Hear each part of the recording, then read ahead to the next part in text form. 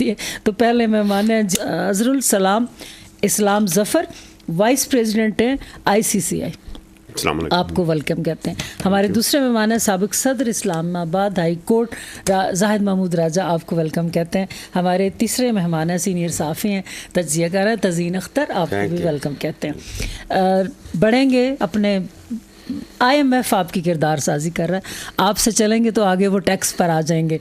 राजा साहब बाकी की क्लास लेंगे। तज़ीन, ये IMF हमें कहता है हम चोर हैं, हम बिजली चोरी करते हैं, हम टैक्स चोरी करते हैं, पहले इस पर आते हैं, महकमों का और लाइफस्टाइल पर बाद में आ जाएगा। क्या कहेंगे, IMF अब हमारी किरदार साजी भी करेगा? नहीं तो मैम आयशा, क्योंकि किरदार साजी, क्योंकि जब हम अपनी किरदार साजी खुद नहीं करेंगे बीइंग ए नेशन, हम जिस जगह पहुंच चुके हैं एज ए नेशन, वैल्यूज़ तो हम में रह ही नहीं गई। यानी इस्लाम सबसे ज़्यादा ज़ोर नमाज रोज़ा हज पे नहीं इतना देता जितना वैल्यूज़ पे दी है। अल्लाह के नबी ने भी अगर अपना वो अरब का वो मुआशरा जो कि बदतर था, लेकिन ये जो कह रहे हैं जब चेंज किया तो सबसे उससे वैल्यूज चेंज हुई ना। लेकिन ये कह रहे हैं कि IMF क्या कह रहा है, टैक्स चोर। देखें, हमें सारा ही कहा गया ना कि टैक्स चोर, बिजली चोर, ये काम और साथ ही साथ हमें कहा गया कि आप गैर जरूरी अखराजात करते हैं, आपके महकमों की गुड गवर्नेंस ही नहीं है, और आपके हुक्मरान टैक्स देते हैं। देखें, जो टैक्स नेट में आ चुके हैं लोग, वो तो अल्हम्दुलिल्लाह टैक्स देते हैं इस मुल्क के, और आम बंदा भी, क्योंकि हर प्रोडक्ट पे कोई ना कोई किसी ना किसी सूरत में टैक्स लगा हुआ है। और ख़ास तौर पे दो बड़े आइटम जो कि आवाम यूज़ करती है, बिल्कुल उस पे है, एक पेट्रोल फ्यूल और एक दूसरा बिजली।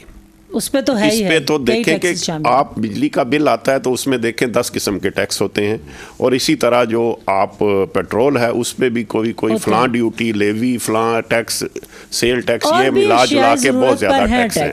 हर अशिया ज़रूरत पे टैक्स है। वो देते हैं टैक्स। हुक्मरान तो अगर नहीं देते तो वो उन्हें देना चाहिए, लेकिन अगर ये हम कहते हैं कि हमारे अवाम टैक्स देते हैं, लेकिन आपने इनडायरेक्ट टैक्स बहुत ज़्यादा लगा दिए हैं, ठीक है, तो आपको एक्चुअली ये चाहिए कि कुछ टैक्सेस को कम करें और अपना टैक्स नेट बढ़ाएं। हम बीइंग ए बिजनेसमैन हम कहते हैं कि आप अपना टैक्स नेट बनाएं। मैं इसी पे फिर दोबारा वही बात करूँगा कि हम वो मुआशरा है जिसमें आपका नॉन फाइलर का एक, आप कहते हैं जी ये नॉन फाइलर है तो ये इतने % टैक्स दे के अपनी गाड़ी भी खरीद सकता है, वो अपना घर भी खरीद सकता है, अपना प्लॉट भी खरीद सकता है, प्रॉपर्टी भी खरीद सकता है, लेकिन वो एक्स्ट्रा टैक्स दे दे। दुनिया में कहीं नॉन फाइलर का कोई कंसेप्ट नहीं है। कोई भी बिजनेस करेगा तो वो फाइलर ही होगा, चाहे वो ज़ीरो फाइल करे, लेकिन वो फाइल करेगा। और इसीलिए हमेशा हमने यही कहा है कि ताजर हर बंदा टैक्स देने को तैयार है, लेकिन आप उससे उतना टैक्स लें जितना उसका बेचारे का बनता है। और जिनके जो इतने दौलतमंद हैं वो बैंकों के कर्जों की आड़ में टैक्स ही नहीं देते। बिजली चोरी पर भी बात करें, मैं आगे मेहमान शामिल करूं। जी, बिजली चोरी का ये है कि देखें मुख्तलिफ महकमे चोरी करते हैं, सॉरी टू से, लोगों के महकमों के देखें ना बिल कितने ड्यू हैं। और उसके अलावा इसके जब तक हम ये जो लोग हैं, जो यानी डिस्कोज जितनी भी हैं, इनकी जो डिस्कोज वाले लोग हैं ये खुद चोरी करवाते हैं। क्या और ये बड़ी बड़ी फैक्ट्रियों को पैसे ले लेते हैं मंथली उनसे। देखिए कभी ये हो सकता है कि कोई हम एक डिपार्टमेंट मेरे नीचे है और मुझे ना पता हो कि चोरी कैसे हो रही है। क्या हमारे जितने लॉसेस हो रहे हैं, क्या इतने किसी कौम के लॉसेस हैं इतने? बस ये देखते हैं नहीं, वो तो देखें, प्रोटोकॉल देख लें। मुझे हैरत होती है कि देखें अभी नवाज शरीफ और मरीम नवाज मरी गए थे, और मरी में अब लोग हैं वो नजर तो रखे हुए हैं सारे, ऑफ कोर्स सारे नजर रखते हैं। इतनी जा रही थी कि मैं हैरान हो गई, इतनी उनमें पेट्रोल भी फुल है, उनके टायर भी चेंज होते हैं, उनके खर्चात भी, तो आप वो गाड़ियां कम करें और अपना लाइफस्टाइल शाहाना जो है, जो भी ब्रांडेड कपड़े जूते, वो कम कर देना आप आवाम के साथ। देखें अपने शाहाना वो अपने पर्सनल पैसे से अगर कर रहे हैं तो मुझे उस पर कोई एतराज नहीं है। देखें बात वही है ना, बात वही है। आटा पर्सनल देखें मैं मेरी बात पहले मेरी एक सुन लेना बात मेरी। जी जी, अपनी जेब से खरीदे, ऊपर तस्वीर नहीं, मैं यही, तो जेब अपनी ढीली करें। नहीं देखें, मैं पैसे से आटा लेके मैं यही कहना चाह रहा हूँ कि जब भी कोई नई गवर्नमेंट आती है तो वो सबसे आके पहला जो खिताब होता है उसमें ये होता है कि कौम कुर्बानी दे। ठीक है, देखें क्या हम खुद जब तक कुर्बानी नहीं देंगे तो दूसरा बंदा क्यों वही ना, वही मैं यही कह रहा हूँ कि जो मिसाल बनना जिनको चाहिए, जब वही मिसाल नहीं बनेंगे तो दूसरा कैसे मिसाल बनेगा? देखें, मेरी सबसे यही रिक्वेस्ट है कि खुदा का नाम लें। अब वो वक्त आ गया है कि ये जितने भी सियासतदान या ब्यूरोक्रेट्स या जितने भी हैं, इनके जो जितने, अगर किसी की सैलरी है, मेरे ख्याल में तो सियासतदानों को तो सैलरी भी नहीं लेनी चाहिए। देखें दैट इज एक होता है कि हाँ वी आर कंसर्न है ना। देखें कंसर्न नहीं वो भी नहीं छोड़ते ना, वो भी नहीं छोड़ते। और जितने भी उनके अखराजात हैं जो गवर्नमेंट के खाते से हो रहे हैं उसको खत्म करें, ये काम करें। हाँ, बिल्कुल जो ओके, अगर कुछ वो कहते हैं कि ओके हम जेब से दे रहे हैं तो जेब से दें। खाने इतने खाते हैं, ये एसेट्स हैं। ये कच्चे के डाकू का मैं थोड़ा सा और जिक्र करूंगा। क्या आप पिछले 10 साल का डाटा निकाल के देख लें।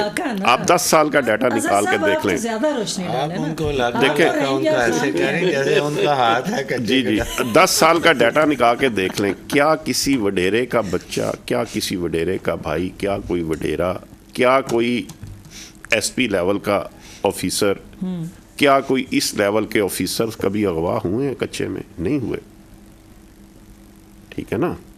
अगवा कौन होता है? जो बेचारा मेहनत मजदूरी वाले आम लोग होते हैं या आम बिजनेसमैन हैं या वहाँ से गुजरते हैं तो उन्हें रोक लिया जाता है। और पिछले दिनों तो आप नहीं मानेंगे, इतना ब्रूटल था कि रात को ये कह दिया गया था कि मोटरवे पे 7 बजे से लेके सुबह 7 बजे तक सफ़र ना करें।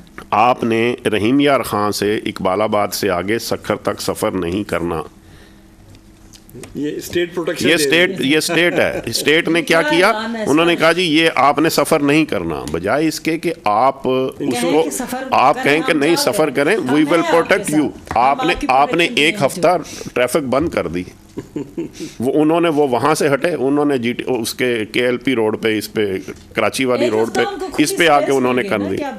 हाँ, उन्होंने कर दिया। देखें, यही है कि मैं आज भी ये कहता हूँ कि अगर स्टेट चाहेगी तो कच्चे के डाकू खत्म हो जाएंगे। अगर दहशतगर्द स्वाद से खत्म हो सकते हैं तो ये हाउ इट इज पॉसिबल कि कच्चे का डाकू खत्म नहीं हो सकता। तीनों मेहमान कह रहे हैं कि वो आराम से खत्म हो सकते हैं और कोई मसला नहीं है। तो जब खत्म हो जाएंगे और या पकड़े जाएंगे तो बता देंगे कि कहाँ है गाड़ियाँ की चोरी की गाड़ियाँ और मोबाइल। तो मेरा ख्याल है ये वही बता सकते हैं, वही बता सकते हैं कहाँ जाते हैं, कहाँ जाते हैं वही बता सकते हैं। गाड़ियाँ तो उनके अलग करके ना, तो वो तो यहीं कहीं चले जाते हैं। वो तो शहरों में रहती हैं, वो तो बाहर उधर नहीं जाती। तो फंडामेंटल राइट्स है उनमें से ये वो एक बुनियादी हक जो है वो कभी भी आइन मना नहीं कर सकता। नहीं, कभी भी नहीं रोकेगा। बुनियादी हक नहीं रोकेगा। जी, इस पे मैं थोड़ा सा, यानी अब ये तो हमने बुरा भला तो सबको कह लिया। मैं कहता हूँ कि अब हमारे पास वे फॉरवर्ड क्या है कि हम इस मुल्क को कैसे बेहतर कर सकते हैं।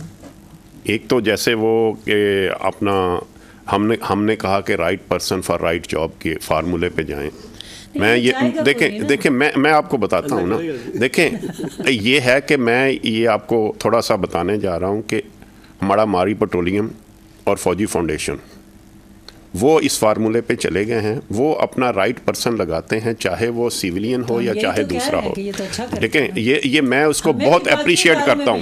मैं अप्रिशिएट कर रहा हूँ कि हम उसी फार्मूले के तहत वाई नॉट हम सिविलियन अदारों को भी यही करें कि जो राइट पर्सन है, जो कि उस अदारे को सही चला सकता है। ठीक है, सर मोटरवे तो आम वो नहीं है सर। मोटरवे को हम इंडस्ट्री और अदारों के साथ नहीं। सर आपके पास बहुत अच्छी मिसालें हैं। आपके पास माड़ी पेट्रोलियम और फौजी फाउंडेशन 2 बड़ी मिसालें हैं कि जो आप right person for right job के फार्मूले से बुला रहे हैं ना। ठीक है, और बाकी आप इसी तरह आप सिविलियन अदारे जो हमारे हैं वहां भी आप राइट पर्सन सिलेक्ट करें जो कि ऑनेस्ट हो, जो कि काम करे। हाँ जी, ये करें। और सेकंड, मैं आज भी अपनी वही बात करूंगा जो मैंने पिछले प्रोग्राम में कही थी कि हमें चाहते ना चाहते हुए भी आप हमें एक अपना इस पे मिसाके जमहूरियत पे और इकॉनमी यानी मिसाक इकॉनमी पे हमें जाना पड़ेगा, सब जमातों को जाना पड़ेगा। हम चाहे ना माने, हम साल के बाद जाएं, 2 साल के बाद जाएं, इसके अलावा हमारे पास और कोई हल नहीं है। ठीक है, बिल्कुल एग्री करते हैं। और सेकंड मैं ये कहूँगा कि जितने भी हमारे कम से कम अगर हम चाहते हैं कि हमारा मुल्क ठीक हो तो हमारे अरबाब इख्तियार को चाहिए कि पहले वो खुद कुर्बानी दें, फिर आवाम से मांगें। अगर खुद अगर कुर्बानी नहीं दे सकते तो फिर प्लीज़। का शुक्रिया आपका, अजरुल इस्लाम आपका शुक्रिया। कच्चे के डाकुओं पर आएंगे जी, क्योंकि आपका इलाका है रहीम यार खान। तो ये क्या आपने कच्चे के डाकू रखे हुए हैं जो मोबाइल और गाड़ियाँ ले जाते हैं? ये इससे बहुत सारे लोगों का रिस्क लगा हुआ है और बहुत सारे सरदारों वडेरों का और बहुत सारे कच्चे के डाकुओं के साथ सबका रिस्क लगा हुआ है। अच्छा। और आप जब भी देखेंगी कि जब भी गंदम की कटाई का मौसम आएगा तो ऑपरेशन ज़रूर होगा। ये आप कई सालों से आप ज़रा इसके पस मंज़र में जो हिकमत छुपी हुई है उस पर थोड़ी सी रोशनी डालें। देखें, बात वही है कि क्या इज़ इट पॉसिबल कि कोई स्टेट अगर ये डिसाइड करे कि हमने यहाँ से दहशतगर्द या डाकू ख़त्म करने हैं और वो ना ख़त्म हो सकें? Is it possible in the world? और वो हमारी वो लॉ इन्फोर्समेंट एजेंसीज जो कि ट्रेंड हैं, हाँ ठीक है, क्या वो ख़त्म करना चाहें सियासी लोगों पे जो उनके नजर आए हैं उनके, ठीक है ना, क्या आप ये समझती हैं कि अगर वो ख़त्म करना चाहें तो ये ना ख़त्म हो? तो इसलिए इसमें बहुत सारे बेहतर करना चाहें तो हमने देखा कि कर लेते हैं। तो इसीलिए ये मैं भी आपको अश्योर करता हूँ, जिस दिन स्टेट चाहेगी या जिस दिन गवर्नमेंट चाहेगी ख़त्म हो जाएंगे। अच्छा, ये क्योंकि हाँ ये ऐसी कोई चीज़ नहीं है। ये हमें एक मुफ्त का एक हवा बना के बता दिया जाता है कि ये चीज़ है, ये चीज़ है, ठीक है। क्या वो कच्चू के क्या कि पता लगाया जाए कि चोरी की गाड़ियाँ और मोबाइल फ़ोन कहाँ जाते हैं? बताएं जी, कहाँ जाते हैं? क्या राजा साहब बता सकते हैं? मुझे क्या पता। ये